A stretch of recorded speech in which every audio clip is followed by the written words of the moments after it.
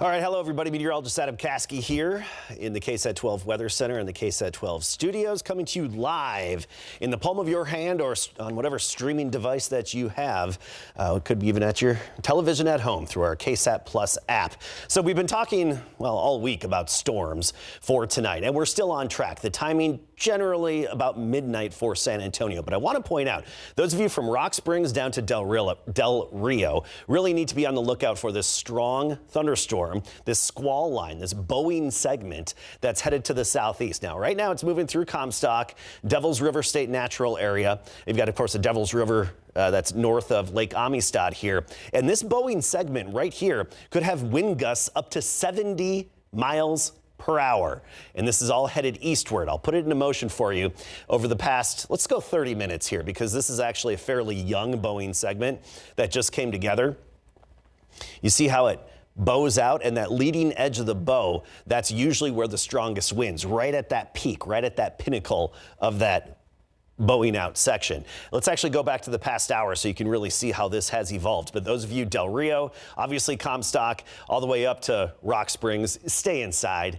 Get indoors and just get away from windows. Go out. Don't go outside looking for this storm. I know you can hear it. Those of you in Del Rio, Laughlin Air Force Base, even Brackettville, you can see it. You can hear it. Rock Springs, you can see it and hear it. But you see how this is coming together, and it's got a significant amount of lightning. I mean, this is just a light show of a thunderstorm. I was just on the KSAT 12 roof here downtown, and I couldn't quite see the lightning from it, possibly because our roof just, our two-story roof, or almost three-story roof, really isn't quite tall enough. But I was right here looking westward, and with it 140 miles away, still couldn't see the lightning from that storm, despite these cloud tops being probably about 45,000 feet high in the sky. And we'll take a look at the 3D view of this storm in a moment. First, I want to time it out. So this is headed to the southeast at, between about 25 and 30 miles per hour.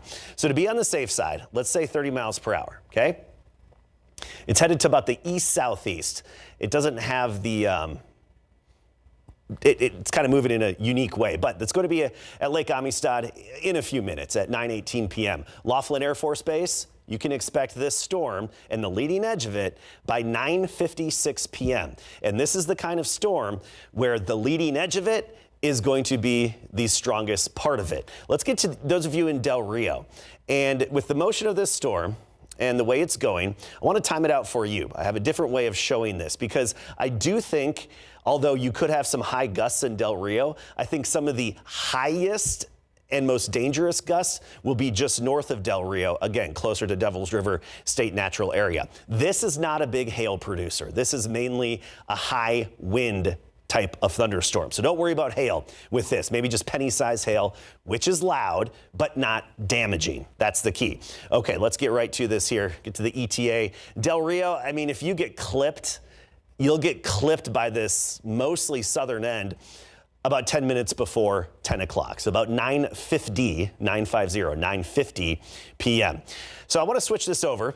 Stop right here, and I'm going to turn the lightning counter on so you can see how many lightning strikes we've had, okay? You have both positively charged and negatively charged strikes. You see how there's 760 all within this view. Let's go just to this storm here and the neighboring storm, and there's 849. Most of the lightning strikes are negatively charged, your common ones, but the positively charged ones are much more powerful. Those are the ones that you feel when they strike, especially if they strike nearby. So there's a decent amount of those, actually, over 100 positive strikes just in the past 15 minutes. This is a 15-minute interval. One thing we look for is the trend and the lightning count. So far, we're seeing a pretty steady lightning count with this bowing segment. But what we look for is that lightning count sometimes to increase, which means the storm is getting more powerful than it already is. We also look for this lightning count, which of course, lightning strikes are those white lines you see here. It shows us exactly on the ground where those lightning bolts strike.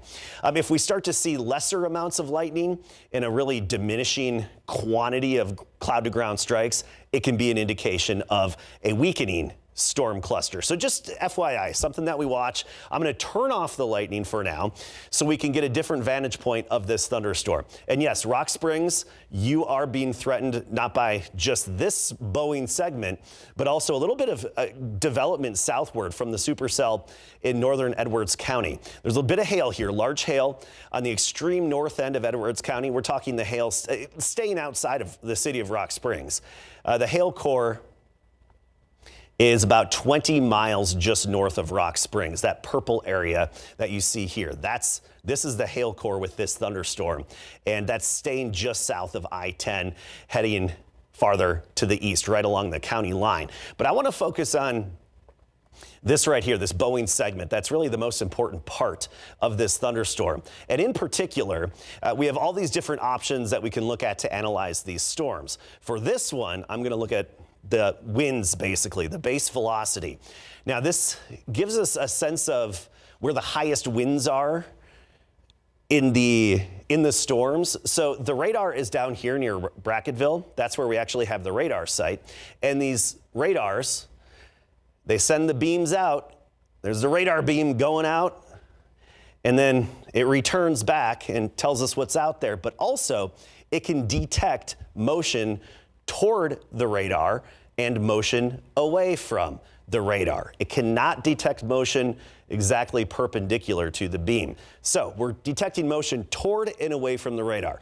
That's the Doppler in the Doppler radar. So let's take a look at some of these. Now, we are looking probably about this far away. I'd say probably about 1,000 feet up into the thunderstorm, because due to the curvature of the Earth, the radar beam goes out straight, but as it gets farther away from the radar site, the Earth curves and it gets higher in the sky.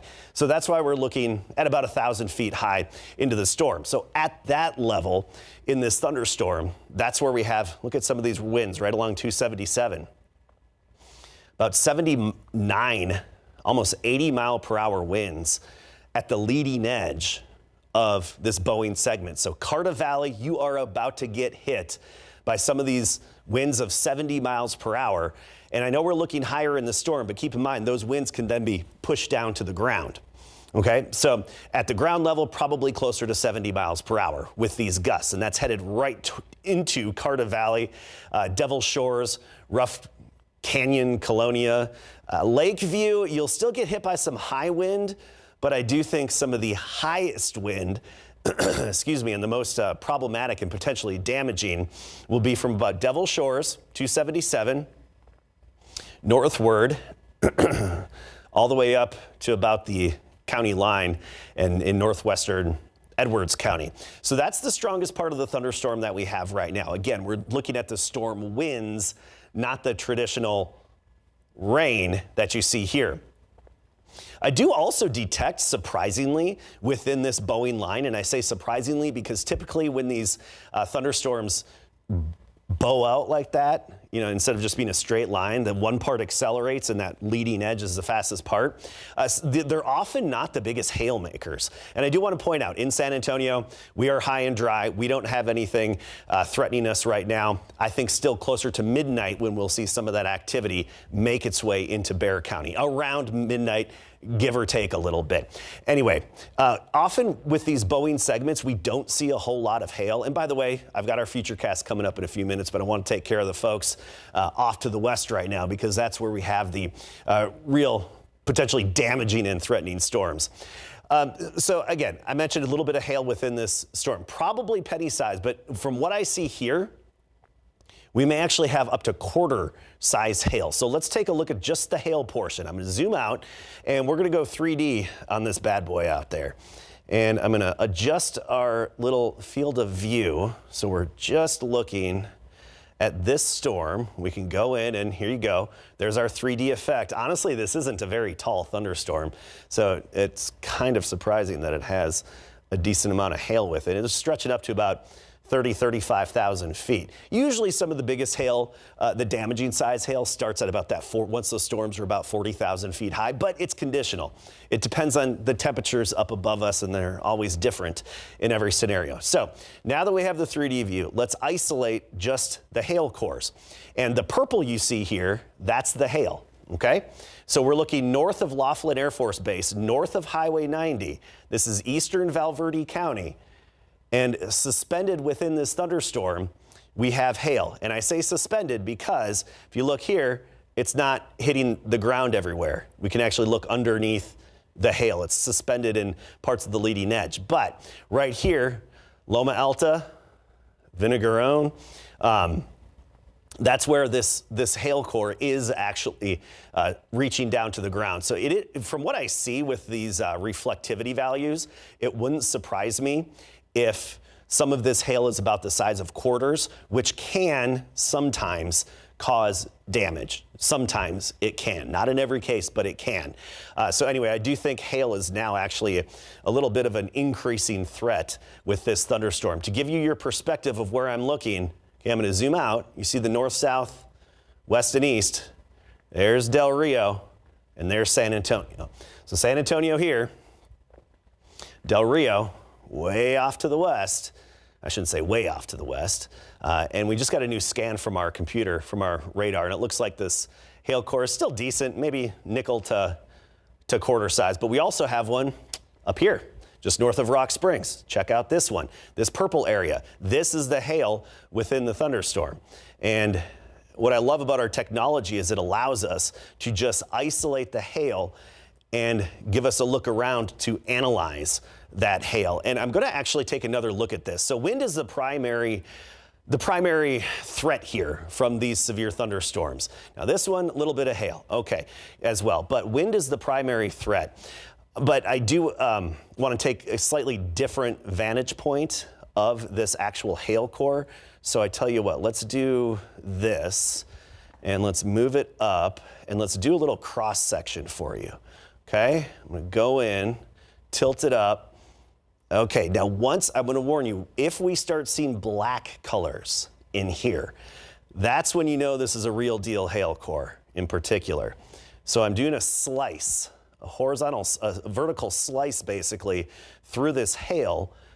And you see how the colors, I'll get a little black and silver right about there. Yeah, a little black and silver. Sometimes what I like to do is another special trick. This is going to take me a minute here. I'm going to have to walk over to the side with our technology is to put the corner of this right on the edge of the hail, and it gives us a different view. There you go, all the way down that hail. Isn't that cool? It gives us a real good way to analyze these storms. So this is an elongated section of hail, probably about the size of nickels to quarters in terms of the hail. So you have the high winds that hit first, heavy rain, and then hail. I'm gonna erase this, go back to what you're used to seeing, and also give you a look at our future cast. Turning lightning back on. There we go. A lot of lightning strikes, especially out in front of this storm. Okay, sorry if I made you a little dizzy there. Sometimes I get a little zoom happy. I apologize for that. It's just something that sometimes happens to me because I'm just in my zone getting into this. Okay, nothing around San Antonio. We're fine. We still have, now let's put it this way. If this Boeing segment stays alive, and if it doesn't change much, it'll change, guaranteed. But say everything stays the way it is, then that Boeing segment is on a trajectory to make it to downtown San Antonio by 2 a.m. Okay, 2 a.m. Now we could have some storms develop out ahead of it. Keep that in mind. Some storms could develop out ahead of it, and this could also speed up. So be prepared for storm onset around midnight in San Antonio. So for the latest on the Futurecast, I want to show you this. And in a little bit, I'll be able to, for the night beat at least, I'll have an updated computer model. This is a run from a few hours ago. I've got a new one that's just coming in right now, and I think it has a really good handle on the situation because it's verifying with that Boeing segment out near Del Rio, and especially Carter Valley, Val Verde County, right along 277. Either way, notice around midnight, getting closer to San Antonio. The timing is never perfect with these, but then 2 a.m. has a downtown. So maybe this one is onto something. Usually the timing's not great with these. Often, as we see these clusters of storms organize, or first develop, then organize, they often move faster than the computers are anticipating. We see that often. So despite this saying 2 a.m., be prepared by midnight because experience tells us that they accelerate their timeline. Either way, frequent lightning, thunder, off and on heavy rainfall, the kind that you hear, right?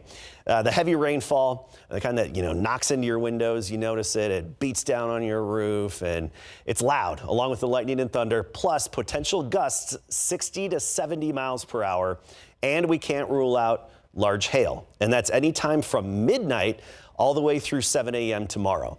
It's a bit of a prolonged event because the nature of what's causing it is kind of slow moving and gives us another opportunity tomorrow afternoon. So good rainfall, 1 to 3 inches across, we think, decent swaths, I should say, of 1 to 3 inches, but lesser amounts the farther south you are of Highway 90. We'll get to that in a moment. First of all, a break tomorrow, basically from about sunrise all the way through lunchtime or even 2 p.m. We should have a break around San Antonio and most of our area. But the air destabilizes, and then by tomorrow afternoon, I think we'll have round 2.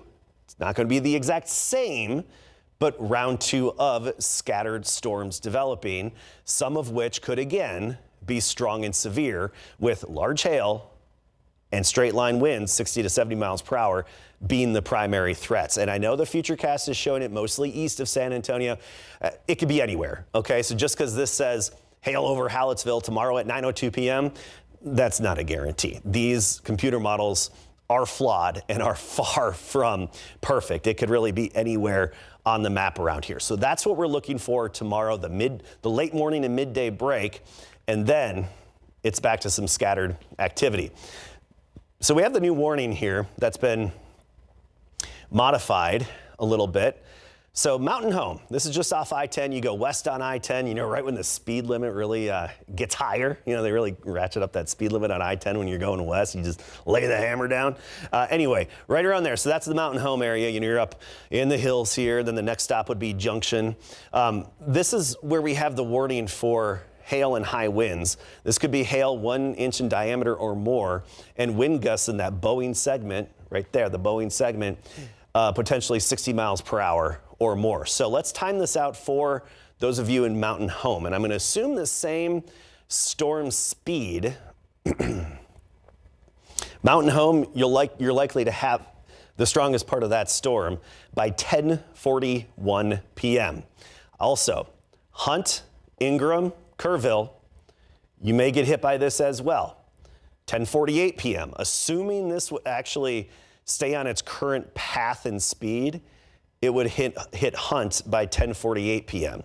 River flooding is not a threat with this. Street flooding is the typical kind of flash flooding that we're used to in the hill country and even around San Antonio. The primary threat would be street flooding with this. So just so you know, when the heavy rain starts coming down, Ingram, Hunt, Kerrville, it's going to be loud and you'll get a decent accumulation, but it is highly unlikely to cause any river flooding in this case, especially because it's moving. Whereas back in July 4th, it wasn't moving. It was heavier rain that wasn't moving. Now notice the storm motion. I don't like it when those panels are on. Storm motion headed eastward. See, this is a progressive storm. But for those of you, Hunt, Ingram, Kerrville, closer to 11 p.m. is when that stronger part of the storm would move in, and then you'd have a little break followed by this next batch with the Boeing segment, kind of the north end of that next batch. So that's what those of you in Kerrville, Hunt, Ingram, nearby areas can expect. Closer to 11 p.m. thunderstorm headed in, and then a little bit of a break followed by the next batch right here. I want to go back and actually look at something because this is going to be very telling for us in San Antonio. And no, we don't have anything around San Antonio. Nothing locally here. North of Fredericksburg, up in the Highland Lakes area. That's where we have clusters of storms, and there's severe weather stretching all the way up to Dallas-Fort Worth. We're just looking at our neck of the woods right now. So nothing around San Antonio until about midnight or so. But this is going to be very telling for even San Antonio, just to give us a history of what these storms are capable of doing. Turn off what I call whiskers, these lightning strikes. because they kind of get in the way sometimes. So I'm turning off the whiskers, the lightning strikes, and look at this. Already, that cluster of storms has dropped over 2 inches of rain, 2.4 inches in western Val Verde County. You go to Comstock, 1 inch, but these little yellow areas indicate already 2 inches or more of rainfall from that thunderstorm. This is why we've been saying 1 to 3 inches where some of the strongest parts of the storms hit. And now we're seeing a history of that, and that gives us a better clue and more confidence and more insight into what we're anticipating in and around San Antonio. Will everybody in Bexar County get 1 to 3 inches? Absolutely not. No, it never works that way. Rainfall is always highly variable. Here's actually a good example of one potential outcome for rainfall totals. And notice here, turn that off. Let's see if I can. Okay, hold on. This is a dual situation I've got going here. All right. I've got 2 layers on top of each other. That's why I'm having issues. So here I can find it. I think it's right there. No, it's not. Okay, anyway, the yellow is about 2 to 3 inches of rain. And notice how we have that swath, but just, high variability north to south. And this is far from perfect when it comes to what's actually going to happen, but it's a good illustration of what's possible in terms of how variable and inconsistent the rainfall amounts will be. It's not going to be the same for every neighborhood, that's for sure. Okay, so I want to get through a little bit because we have to get ready for the newscast, the night beat, the newscast coming up at 10. Rain chances San Antonio, 20 to 30% through 10 o'clock. By midnight, they're up to 70%. They stay there through sunrise tomorrow. Then they fall off. Notice 10 a.m. down to 20%. So tomorrow, it's that late morning, midday break that I was talking about. However, tomorrow, we are anticipating that redevelopment in the afternoon. So 20% chance 10 a.m. By 2 p.m., we're up to 30%. 3 p.m. and thereafter, up to 40%. Now, if you have outdoor plans, you're going to Muertos Fest, you have something else going on, don't cancel your plans. Just have an extra eye and ear to the sky and enable your notifications on the KSAT Weather Authority app, because what I'm doing now, we'll be doing again tomorrow for you. Okay, and you will know exactly if you have a threat or not. So don't cancel your plans for tomorrow afternoon. Just be prepared and be ready to maybe scoot inside for a little bit, maybe pack things up really quickly and let the storms pass, and then go back out and enjoy the rest of your afternoon and evening. So that's what we're watching for tomorrow with that midday break. I also want to point out by Sunday, sunny. By Sunday, we've got, let me go to the weekend, sorry. Sunday, we're clearing out, drying out, sunny, 90 in the afternoon, and here's the key, low humidity. We're gonna have a lack of humidity for a long time. It'll spike a little bit on Monday.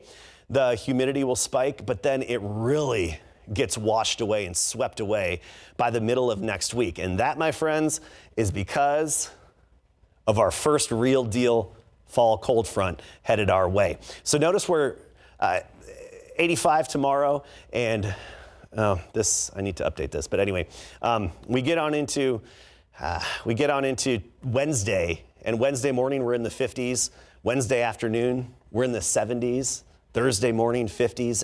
Thursday afternoon in the 70s. So yes, we do have actual fall-like air coming our way by the middle of next work and school week. Okay, back to the radar, and I especially want to look at these, what we call the base velocities from the radar off to the west. And I'm going to actually animate this because I want to know how it's evolved. So the strongest part, this Boeing segment, is actually headed more southeast than anything. So even just the past 30 minutes, watch this blue area turning off. Look at that, watch this blue area. It's pushing east, but I see a little bit of a southeasterly motion to it. Yeah, a little bit of a southeasterly motion to it. Okay, again, this is far west of San Antonio. See San Antonio? Right there. And then on the right-hand side of your screen, then the left-hand side here, we've got Del Rio. And the strongest part of the storm is right between Rock Springs and Lake Amistad. It's a big stretch. It covers a lot of real estate. But there it is. moving through Carter Valley right now. If you're in Carter Valley, stay inside, but also afterwards or at any point, get on KSAT Connect through the Weather Authority app or the KSAT News app and tell us, what it was like. And if there's any damage, once this is passed, go outside, take photos, upload them to the KSAT Weather Authority app. And then not only is that helpful to know what's going on, but also it's an indicator of it basically verifies what we think the winds are. So depending on if there's damage or the type of it, we get the ground truth to know, okay, so this is 60, 70, 75 miles per hour winds. That's why that helps us. We're not just being greedy, wanting to see pictures. We need that ground truth. So look at that, 70 to 82 mile per hour winds elevated within this Boeing segment of the thunderstorm. Now, Camp Wood, this is headed your way. So notice how this warning right here, this yellow polygon, I know they could be distracting, but the polygons are very important because that's the severe thunderstorm warning from the National Weather Service. This is from Rock Springs to Leakey to Camp Wood to Concan, Brackettville, and everybody in between. And that's until 10:30 p.m. because this entire Boeing segment is heading that direction. So let me do this. And again, Del Rio, the worst of it, staying just to the north of you. So Camp Wood, 10:26 p.m. That's when you can anticipate this Boeing segment, this thunderstorm to make it to Camp Wood. As for Leakey, let's look at Leakey. And Leakey at 11:02 p.m. So a little before 11 in Camp Wood, just shortly after 11 in Leakey. And this is the kind of thunderstorm where the leading edge of it has the strongest wind gusts, heavy rainfall follows, a little bit of hail, and then just heavy rain. So the highest winds, rain, and then it slowly moves on its way. All right, Will, we have got to wrap it up. Okay, so we have to get ready. That's Will.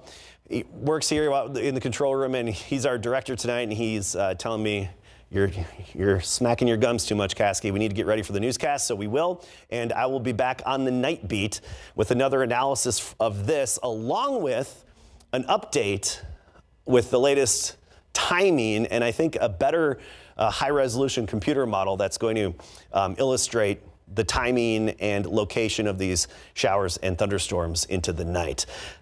And don't worry, I'll be here through the night. Spivey's going to come in as well. We'll walk you through it as the storms move on into town. Thanks for joining us.